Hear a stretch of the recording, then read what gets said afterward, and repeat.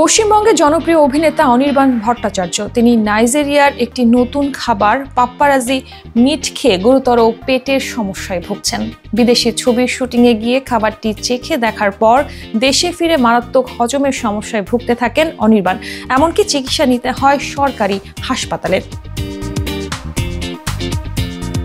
No news only fresh নামের একটি আন্তর্জাতিক ছবির শুটিংয়ে 2 সপ্তাহ আগে নাইজেরিয়ার লাগোসে যান অনির্বাণ।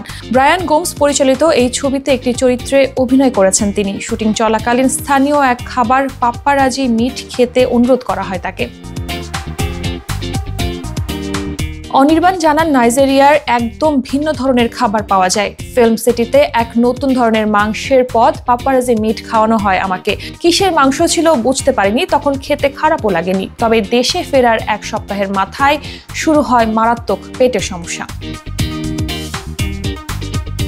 চিকিৎসকের মতে বিদেশি খাবারটি হয়তো অনির্বাণের শরীরে মানায়নি। চিকিৎসার পর কিছু ওষুধ দেওয়া হয়েছে এবং এখন তাকে ডক্টরের পরামর্শ মেনেই চলতে হচ্ছে।